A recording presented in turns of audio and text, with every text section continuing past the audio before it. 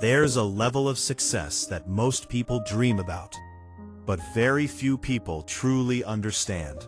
It's the top, the peak, the place where there is no one above you, no one to chase, no one to measure yourself against. And while that sounds like the ultimate goal, what people don't realize is that the top comes with something most aren't prepared for: solitude. And no character embodies this reality more than Dracule Mihawk from One Piece. Because Mihawk is not just the world's greatest swordsman, he is the psychological representation of what it means to reach the peak and stand there alone. When you first look at Mihawk, you see calmness, precision, absolute control. He doesn't move with unnecessary energy. He doesn't speak without purpose. Every action is measured, intentional, and efficient. But beneath that composure is something deeper. A man who has already conquered his mountain. And that creates a unique psychological state. Because most people are motivated by pursuit, by the climb, by the idea of becoming. But what happens when you've already become what you set out to be? For Mihawk, the answer is isolation. He doesn't chase battles. He doesn't seek validation. He doesn't need to prove anything to anyone.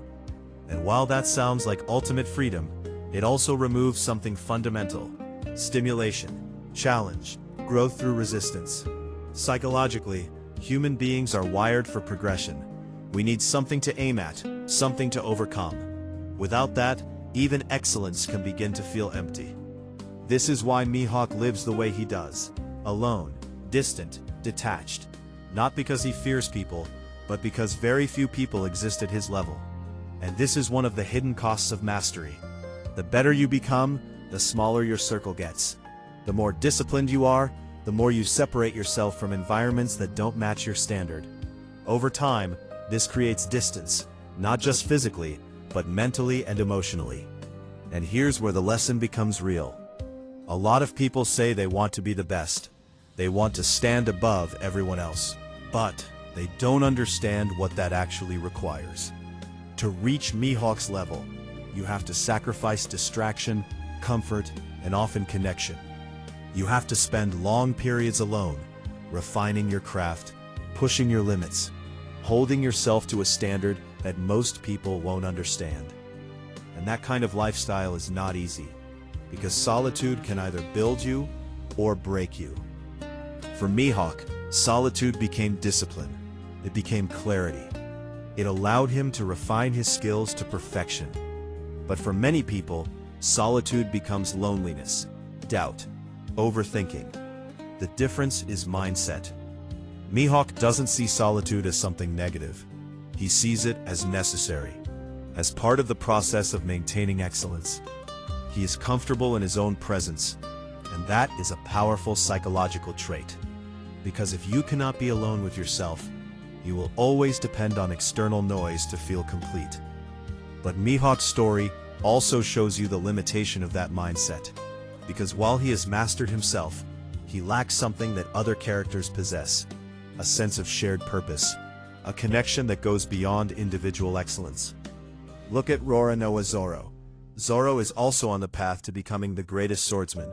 He trains relentlessly, he embraces discipline, he understands sacrifice, but he is not alone in the same way Mihawk is. He has a crew, a captain in Monkey D. Luffy who gives his journey context. His strength is not just for himself, it's for something bigger. And that difference changes everything, because purpose transforms solitude into something meaningful.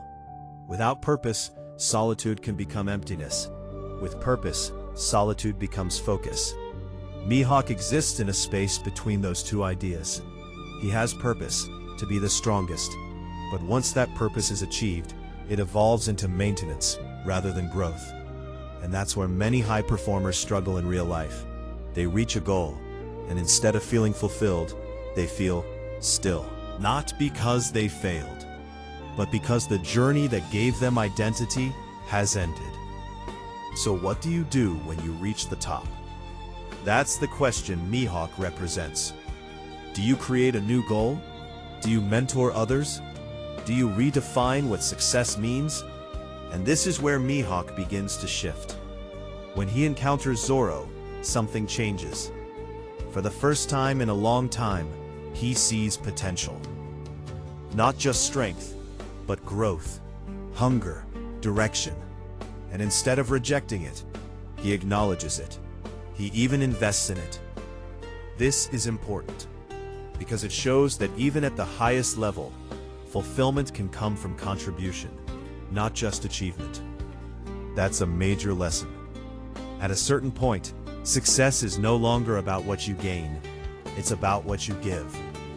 Mihawk doesn't need more power. He doesn't need more recognition.